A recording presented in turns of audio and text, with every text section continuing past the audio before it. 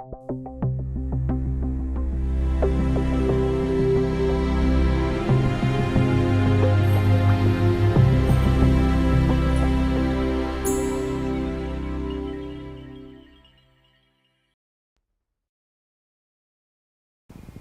buenas tardes, aquí estamos una vez más, estamos estudiando el curso que se llama La Doctrina de Dios y hoy estamos tocando la clase número 12 y el tema se llama La Providencia de Dios. Bueno, vamos a dar varias definiciones de este tema tan importante, pero más que nada tiene que ver con la relación de la soberanía de Dios con lo que Él ha creado. ¿Cuál es la relación de Dios con la criatura, en especial con el hombre que tiene libre albedrío? Y digo que no hay tema más práctico que porque toca donde vivimos, toca nuestra vida cotidiana, toca la necesidad de depender de Dios y también entender que Dios guía todo según su propia voluntad. Y es un gran misterio esta doctrina, es que nadie puede comprenderla suficientemente bien, pero hay cosas que sí podemos aprender y poner en práctica, y en parte sí podemos entender que Dios nos guía y nosotros también tenemos muchísima responsabilidad. Bueno, antes de empezar quisiéramos que oremos. Gracias, Padre. Gracias por darnos una nueva oportunidad de profundizarnos en tu palabra.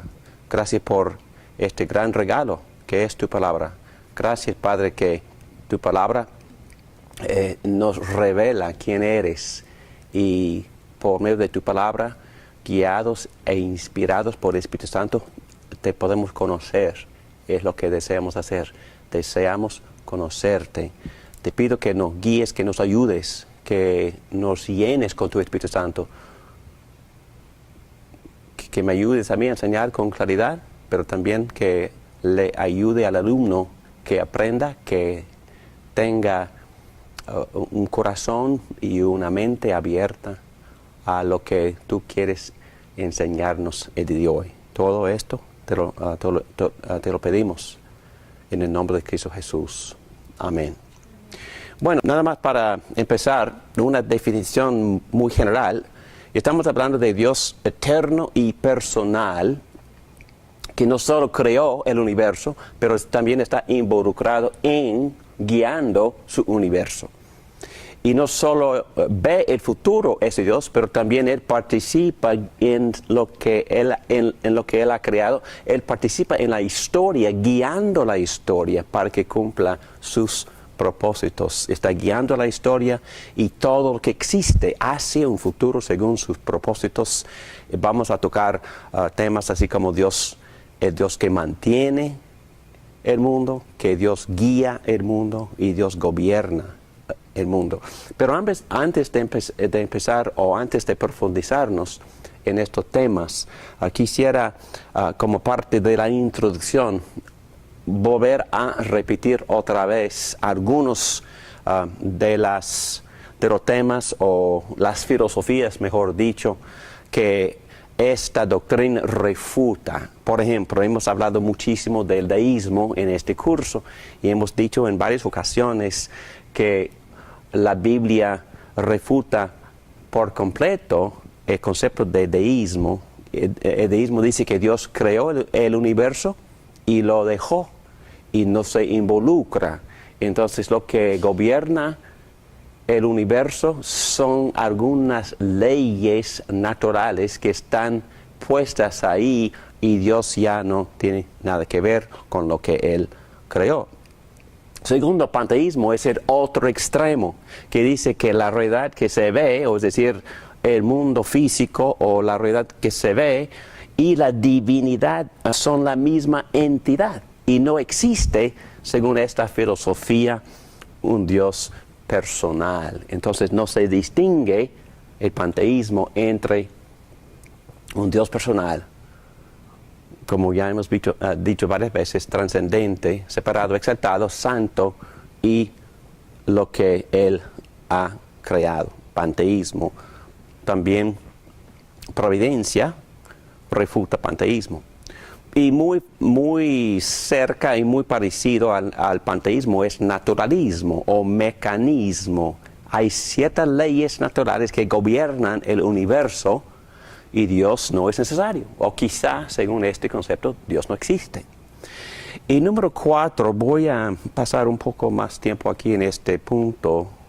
Fatalismo es un destino personal, el concepto que es parte del folclore, que dice que todo está fijo y yo solo acepto lo que hay. Y es un concepto que yo personalmente he visto en ciertas culturas en las cuales he trabajado. Es un concepto a veces que tienen los pobres, o los pobres que han sido oprimidos o que sufren por racismo o por otro tipo de abuso. Y según esta mentalidad fatalismo, ellos solo aceptan las circunstancias y no protestan porque es su posición en la vida y tienen que aprender a aceptarla, nada más. Es un concepto que falta esperanza, que falta motivación, que falta esperanza, que falta aspiración. Y entonces quisiéramos también refutar este concepto y dirigirnos a los que quizás están sufriendo la opresión en algunas culturas y darles la esperanza que les da el concepto de providencia. El concepto de providencia de que no, Dios está obrando en todo para nuestro bien. Y también nosotros tenemos muchísima responsabilidad de participar en lo que Dios está haciendo. Fatalismo no, lo rechazamos por completo. Pero quisiera también darles un ejemplo de esto. Es un ejemplo bastante problemático y en un sentido muy feo. Pero cuando estuve trabajando en otro estado, y había muchos que habían venido de México y estaban trabajando en el campo, en la agricultura. Y estaban en esas circunstancias, ellos históricamente, en especial en la década de las 60 y antes, y también después, y en algunos sectores hasta hoy, ese pueblo sufría racismo, opresión, abuso, y desafortunadamente el pueblo aprendió a aceptar su posición en la vida. Entonces vinieron algunos autores y eruditos que empezaron a escribir para elevar y para animar, inspirar y dar esperanza y motivar a la gente a no aceptar estas circunstancias. Y un autor se llamaba Tomás Rivera. Tomás Rivera escribió varios libros y varios cuentos cortos en los cuales él estaba metiendo otra filosofía y tratando de refutar este concepto de fatalismo o este concepto de que la persona tiene que nada más aceptar sus circunstancias negativas o hasta oprimidas. Y un libro que él escribió se llama Y no se lo tragó la tierra. Este libro se basa en el texto bíblico de Números 26, 10. Les voy a leer. En esa ocasión, bueno, voy a empezar arriba. Algunos oficiales se rebelaron contra Moisés y Aarón, junto con la facción de Coré. Cuando este último se rebeló contra el Señor, en esa ocasión la tierra abrió sus fauces y se los tragó junto con Coré, muriendo también sus seguidores.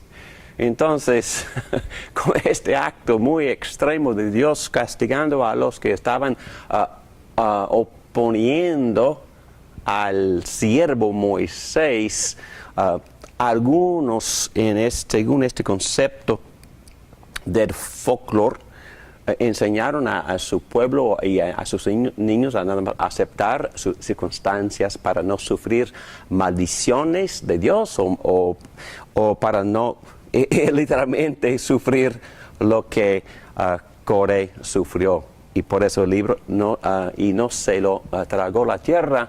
Y en uno de sus cuentos de Tomás Rivas, un niño estaba contemplando sobre estas cosas y se empezó a enojarse por las circunstancias negativas y oprimidas, y él maldijo a Dios.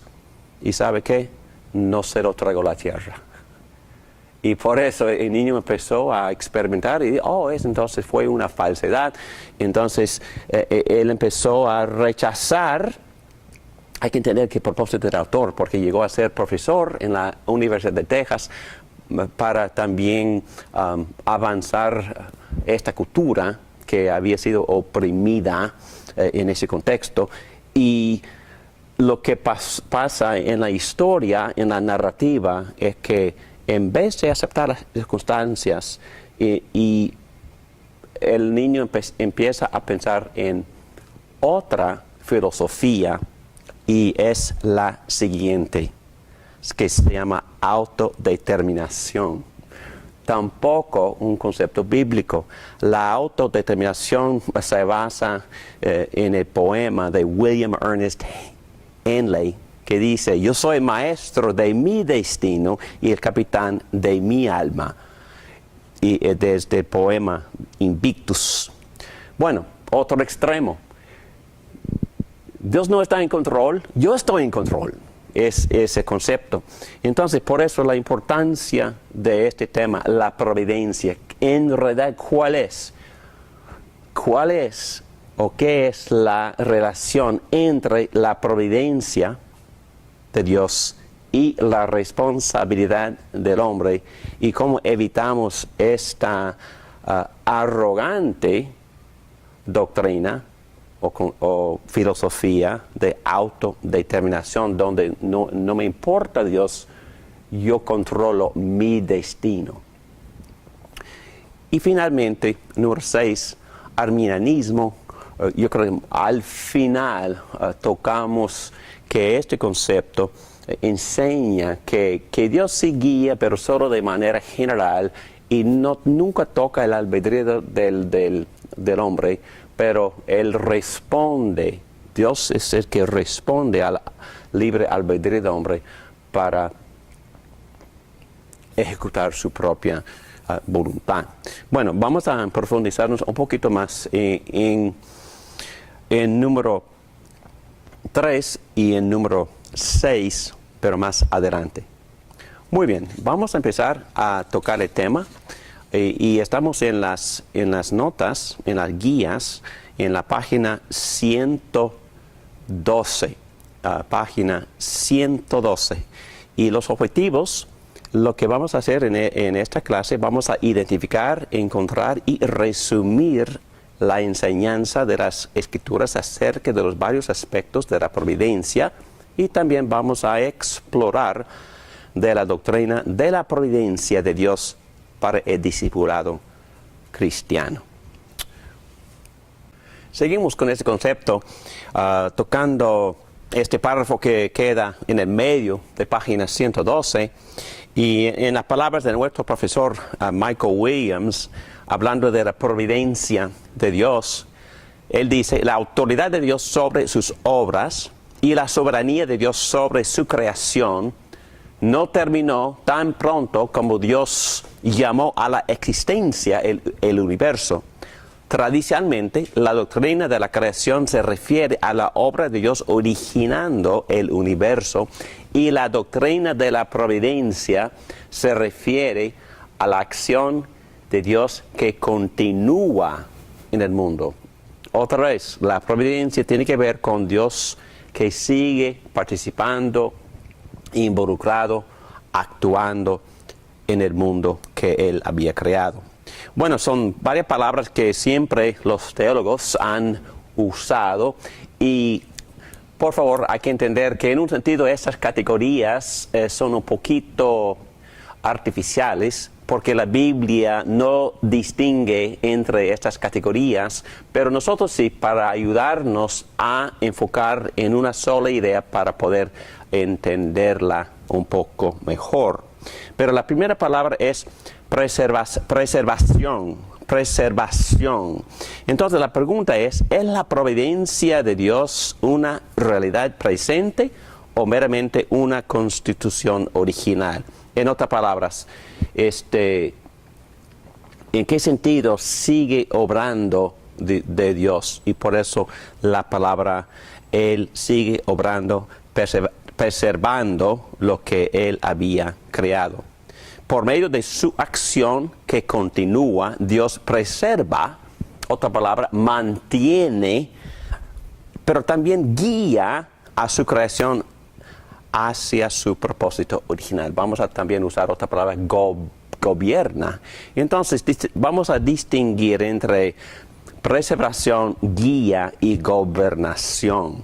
Las Escrituras, como ya dije, no dejan en claro estas distinciones, pero nosotros sí. En el mismo párrafo se puede hablar de gobernación, de creación y también de redención. Entonces la Biblia no distingue entre estas varias obras de Dios, pero todas las obras están unidas sin distinción como objetos de alabanza. Vamos a leer algunos ejemplos al ratito. Sin embargo, en esta clase vamos a separar las ideas para poder estudiarlas. Bueno, también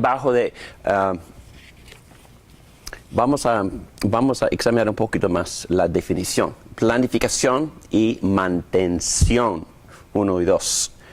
La palabra providencia viene del latín providio, que quiere decir ver de antemano, o hacer provisión, o provee. Por eso vemos que el concepto providencia refiere al pasado, a algo ya arreglado, como planear un viaje. Pero también, si Dios continúa activo, hay que usar la palabra mantención o acción presente y activa, providio.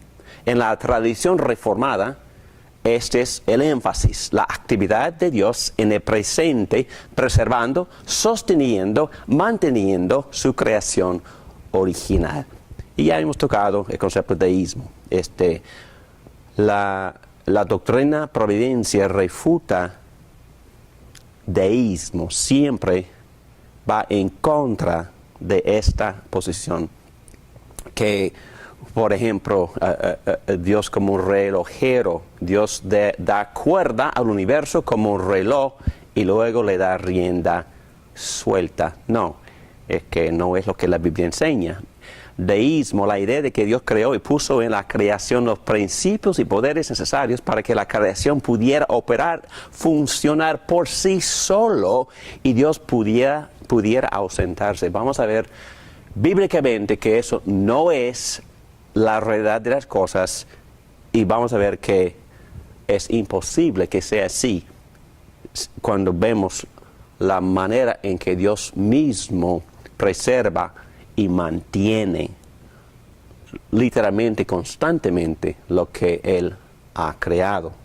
Aquí tenemos la palabra creatio continua en latín, que parece que se refiere solo a la creación, pero en verdad esos teólogos usaban esta frase para referirse a que Dios está involucrado y Él sigue operando, trabajando en la creación. Un teólogo que se llama Herman Bavinck dice: Dios no abandona su creación después de crearla. Dios activamente continúa actuando, apoyando y sosteniendo todas las cosas. La idea reformada es que la obra de Dios no termina al crear, porque la creación nunca es autosuficiente. Siempre depende de Dios mismo. No hay piloto automático en la creación. No existe ningún principio innato de autonomía. Y esto no sugiere que haya algo malo con el universo, ni que le haga falta, simplemente que el universo es un vasallo. Siempre se sujeta a su rey, a su creador. Siempre depende de Dios. Depende de su amor, depende de su poder, depende de su sabiduría, depende de su provisión. Por eso podríamos decir bíblicamente que Dios preserva y mantiene y sustenta lo que Él ha creado. Resumen, la continuación del universo, la operación presente del universo es tanto el producto de la divina voluntad de Dios como el acto original de la creación. En otras palabras, Dios sigue en relación con su creación. Y como dijimos desde el principio, la primera clase, usamos la palabra pacto. Dios sigue en pacto, en relación con lo que Él ha creado. Y no solo con la corona, el hombre, pero con toda la creación. Dios sigue en relación con todo lo que Él ha creado. Tiene pacto con la creación. Muy bien. Vamos a buscar algunos ejemplos y vamos a tocar en página 114 lo que se llama el fundamento bíblico para la perseveración divina. Vamos a leer Nehemías 9, versículos 5 a 7. ¿No quisieras ayudarnos, por favor, con la lectura? Nehemías 9, 5, 7. Y los levitas, Jesúa, Cadmiel, Bani, Hasabnías, Serebías, Odías, Sebanías y Petaías, clamaron: Vamos, bendigan al Señor su Dios desde ahora y para siempre. Bendito sea, Señor. Sea exaltado tu glorioso nombre, que está por encima de toda bendición y alabanza. Solo tú eres el Señor. Tú has hecho los cielos y los cielos de los cielos, y con todas sus estrellas. Tú le das vida a todo lo creado, la tierra y el mar, con todo lo que hay en ellos. Por eso te adoran los ejércitos del cielo. Tú, Señor y Dios, fuiste quien escogió a Abraham. Tú lo sacaste de Ur de los Caldeos y le pusiste por nombre Abraham. Muy bien. Aquí en este pasaje, Dios es alabado por varias razones, entre las cuales son... ¿Quién es Dios en este párrafo? Él es alabado por ser... Por estar encima. Está encima de todo. Él es el creador. Dice, tú has hecho los cielos y los cielos de los cielos y con todas sus estrellas. Y también Él preserva, dice que tú le das vida a todo lo creado. También en versículo 7 menciona la obra de redención. Tú lo sacaste de Ur, de los caldeos. Y es un ejemplo de cómo la Biblia no distingue. Habla de la creación, de la perseveración y de la redención, y de rescate, de la gobernación, en como algunos 3 versículos cortos. Vamos a ir ahora al libro de Génesis, del capítulo 8, el versículo 20. Dice así: Luego Noé construyó un altar al Señor, y sobre ese altar ofreció como holocausto animales puros y aves puras. Cuando el Señor percibió el grato aroma, se dijo a sí mismo: aunque las intenciones del ser humano son perversas desde su juventud, nunca más volveré a maldecir la tierra por culpa suya. Bueno, lo que había pasado en este contexto es el gran diluvio universal. Tampoco volveré a destruir a todos los seres vivientes, como acabo de hacerlo. Mientras la tierra exista, habrá siembra y cosecha, frío y calor, verano e invierno, y días y noches. Entonces, el hecho de que vemos el sol cada mañana no es cuestión de matemática, no es cuestión de generalidades, no es cuestión de leyes naturales, es cuestión de la promesa de Dios que garantiza de que vamos a ver el sol hasta que venga Jesucristo. Y también vamos a ver el cambio de las estaciones. Dice así, con toda claridad, vamos a ver verano e invierno. Vamos a ver primavera y el otoño. Bueno, depende de dónde vive uno. Pero en general vamos a ver esos cambios en la creación, porque Dios ha prometido, Él tiene pacto con lo que Él había creado, y Él va a conservar, preservar, sustentar la creación en todos sus movimientos, en toda su ciencia. La providencia es la base de la ciencia, porque la ciencia solo observa la consistencia, y la consistencia del universo se basa, según este texto, sobre la promesa y el involucramiento de Dios directamente, preservando, manteniendo lo que Él ha creado.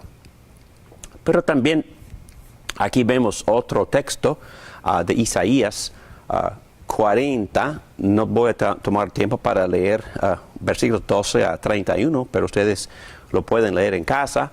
Al leer estos versículos, vamos cuán insignificante es el hombre en comparación con Dios. Lo alabamos por su grandeza, su majestad. Él es el Dios trascendente, en versículo 22.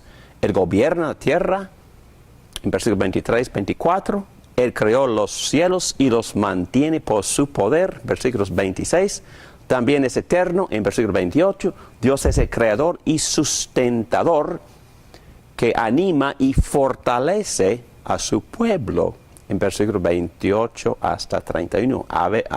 Vemos de nuevo que Dios es alabado por todas estas obras: creación, gobernar, mantener y hasta fortalecer su pueblo. La importancia de la naturaleza eterna de Dios es que si Dios sostiene y tiene que sostener el universo, ¿qué pasaría si Él no estuviera mañana? Si Él no estuviera mañana, nosotros tampoco estaríamos mañana. Por lo tanto, si vamos a hablar de Dios como el sustentador de las cosas, es crucial que Dios sea eterno. Bueno, hay muchos salmos que enseñan con claridad este concepto. Vamos a ir a Salmo 147. Entonces, ¿quieres leer solo versículo 8, por favor? Salmo 147, versículo 8. Él cubre de nubes el cielo, envía la lluvia sobre la tierra y hace crecer la hierba en los montes. ¿Y 9? Él alimenta a los ganados y a las crías de los cuervos cuando graznan. Ok, entonces, ¿qué hace Dios aquí? En su providencia. Envía la lluvia y alimenta a los animales. Okay, hace crecer la hierba. Entonces, Él mismo dice que Él está cuidando, manteniendo, sustentando, alimentando lo que Él había creado. Aquí está hablando de animales y también de hierbas, de plantas y de lluvias. Y en versículo 6 dice: el Señor sostiene a los pobres. Entonces aquí dice que Él está involucrado sosteniendo a los pobres, pero hace morder el polvo a los impíos. Bueno, vamos a ir a...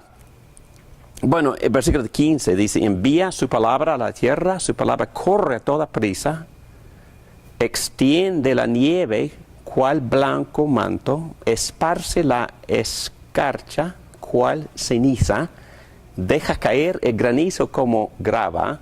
¿Quién puede resistir sus ventiscas?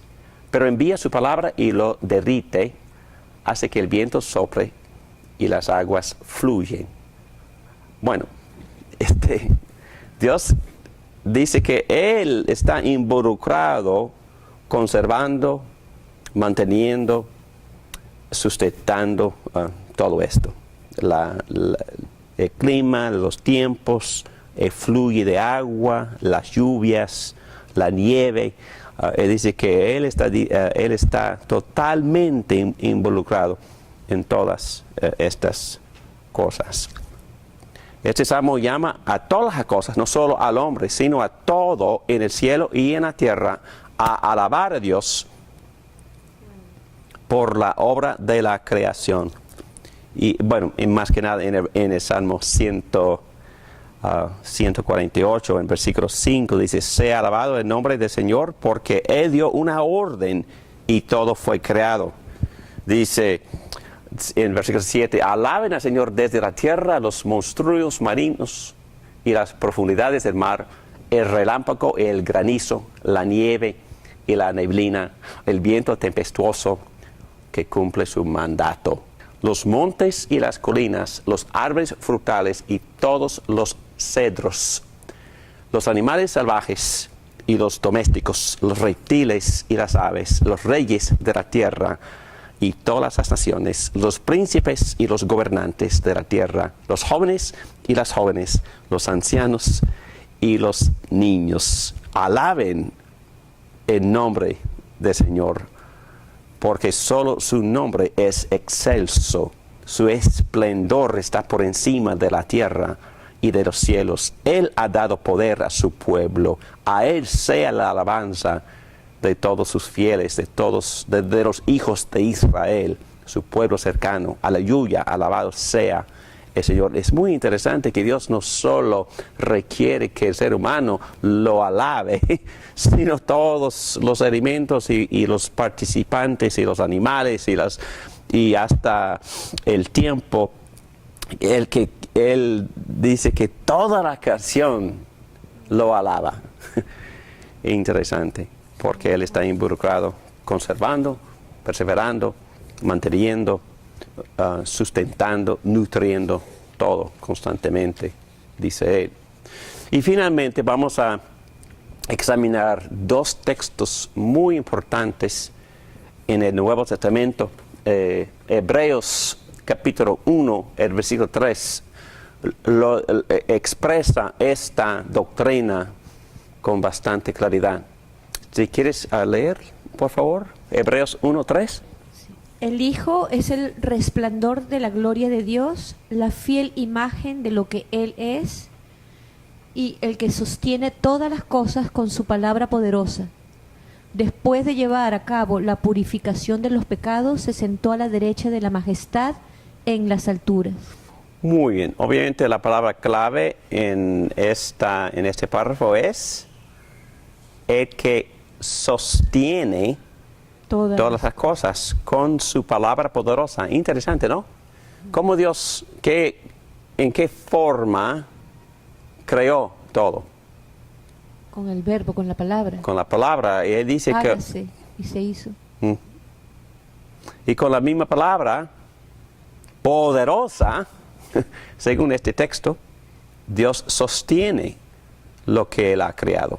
Entonces Él creó con la palabra y sostiene la creación con la palabra. Bueno, en griego esta palabra es muy interesante. Se puede traducir llevar o cargar.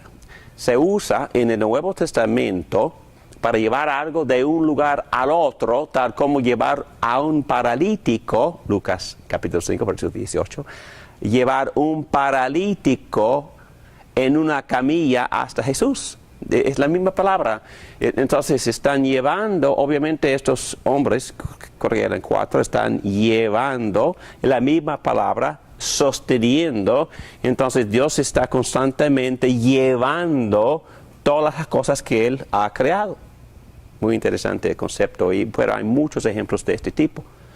Por eso no significa solo sostener, sino que Él tiene sentido de control activo, llevar y determinado de lo que se está llevando de un lugar a otro. Jesús continuamente está llevando las cosas del universo por su palabra poderosa. Los cielos, la tierra y otro texto que enseña esto con claridad es 1 Pedro 3:7, que dice: los cielos y la tierra son guardados. La misma palabra, fero, son llevados, cargados.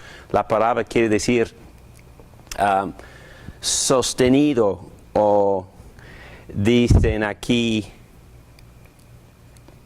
bueno, llevados, pero es el mismo concepto. Los cielos y la tierra son guardados, fero, conservados, preservados para el fuego en el día de juicio.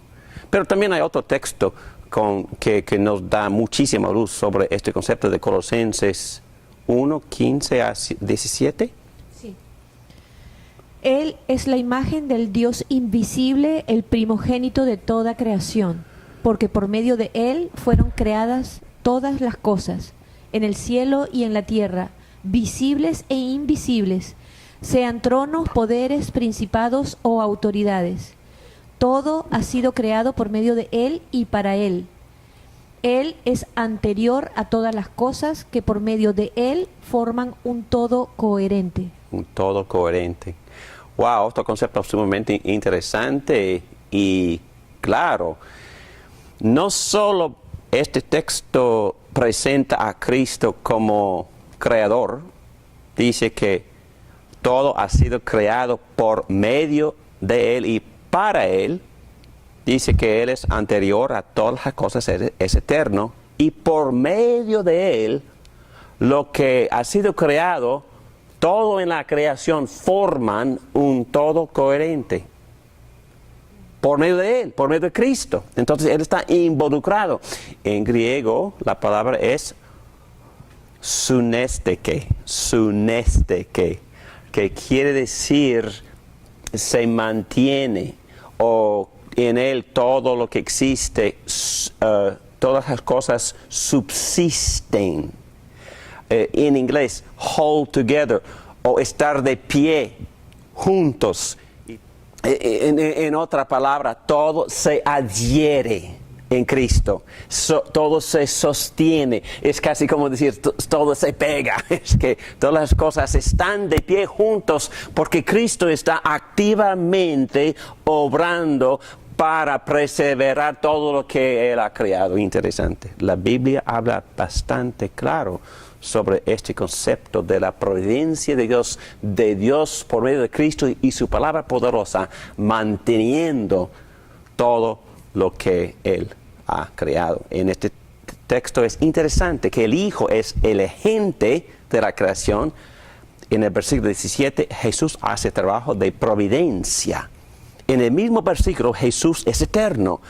Y como el creador y sustentador, Él es preeminente sobre todas sus cosas.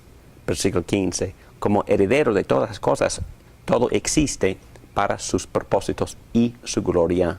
Y hay mucho más en este texto. También nos hace recordar de lo que Pablo dijo en el apóstol Pablo en Hechos 17, versículo 28. En Él vivimos y nos movimos. En otras palabras, en Él existimos. Dios está totalmente activo, sustentando el universo. Él es el creador, Él es el soberano, pero también es el sustentador de lo que Él había creado. Muy bien, vamos a profundizar un poquito más, o por lo menos repetir lo que ya hemos dicho en cuanto al deísmo.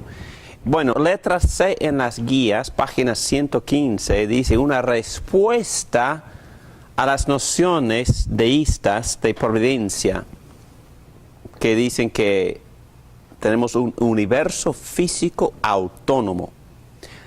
Bueno, deísmo, como ya hemos definido arriba, dice que Dios creó el mundo y se fue de vacaciones. No está involucrado, por eso no hay necesidad de explicar los procesos que siguen sucediendo.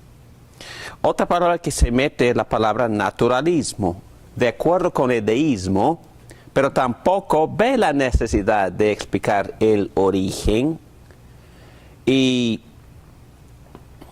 todo emerge de causas y propiedades naturales. Y bueno, no hay necesidad de explicaciones sobrenaturales. Todo eso es excluido. Tampoco hay necesidad de un Dios. Todo lo que estamos haciendo en esta sección es responder al concepto de un universo autónomo. La idea que existen principios autosostenidos en todos los sistemas, tal como la biología, la astronomía, la geofísica, etc., y que todo esto hace que Dios sea irrelevante. Podemos explicar los fenómenos naturales simplemente por las leyes de causación natural, según los deístas y los naturalistas. Bueno, respondiendo bíblicamente, y otra vez sabemos esas cosas porque Dios nos ha revelado esas verdades, Ni Dios ni su creación se pueden abstraer el uno del otro. Entonces, no se separan. El mundo nunca es una magnitud autosuficiente ni autoexistente. No es una entidad autónoma ni soberana. La perspectiva de una creación independiente es una clase de idolatría. ¿Por qué? Porque rechaza la idea de un Dios soberano. La hipótesis de la naturaleza autónoma es idolatría. Lo que es independiente es esencialmente libre de la soberanía de Dios, libre de su poder, libre de su orden moral, libre de su meta, libre de sus objetivos. Esto es idolatría, por supuesto que sí. Si Dios no está involucrado, no tengo que dar cuentas a Dios, entonces se elimina cualquier concepto de un orden moral. Entonces estamos rechazando por completo la soberanía, la autoridad de Dios sobre su creación y sobre el ser humano hecho a su imagen. Entonces en página 116, número 2, dice: Dios no determina ser un Dios separado del mundo. Entonces, otra vez estamos respondiendo al deísmo. Dios no determina que la creación sea la creación separada de Él. No conocemos a Dios excepto a través de cómo Él se manifiesta dentro de su creación. No puedo enfatizar eso demasiado. Sería imposible conocer a Dios si Él no se había metido en la creación. Si no estuviera presente, sería imposible conocerlo. Y lo conocemos solo en el contexto del pacto, solo en el contexto de su relación con la creación. Era la voluntad de Dios ser Dios en relación con su creación. Era la voluntad de Dios que la creación sea la creación en relación consigo mismo. Y ellos también estaban debatiendo esto en el siglo XVI. En el año 1561, los de Francia escribieron la confesión belga. Dentro de esta confesión, que yo fui al internet para leer esa confesión, artículo 13 dice: después de crear todas las cosas, Dios no las abandonó. En el siglo XVI algunos ya habían empezado a argumentar a favor de un universo autónomo. Juan Calvino dijo: si limitamos la actividad de Dios al acto original de crear, nosotros necesariamente nos separamos de su bondad e inquietud como Padre. Y él cita Hechos 17, 28. Puesto que en Él vivimos, nos movemos y existimos. Su involucramiento con la creación ocurre en la actualidad y no solamente en el pasado. Y otra vez, si Dios no está involucrado, no hay esperanza, no hay consuelo, no hay ánimo, no hay confort, no hay provisión, no hay necesidad de orar, no hay relación con Él. Entonces todo es, negro, sin la presencia de un Dios involucrado para proveernos nuestras necesidades. Y no solo a los cristianos, vamos a ver que el Dios involucrado también tiene lo que se llama gracia común a todos. Él envía lluvias sobre los agricultores no creyentes, y también el sol también se levanta sobre todos, no solo sobre los creyentes.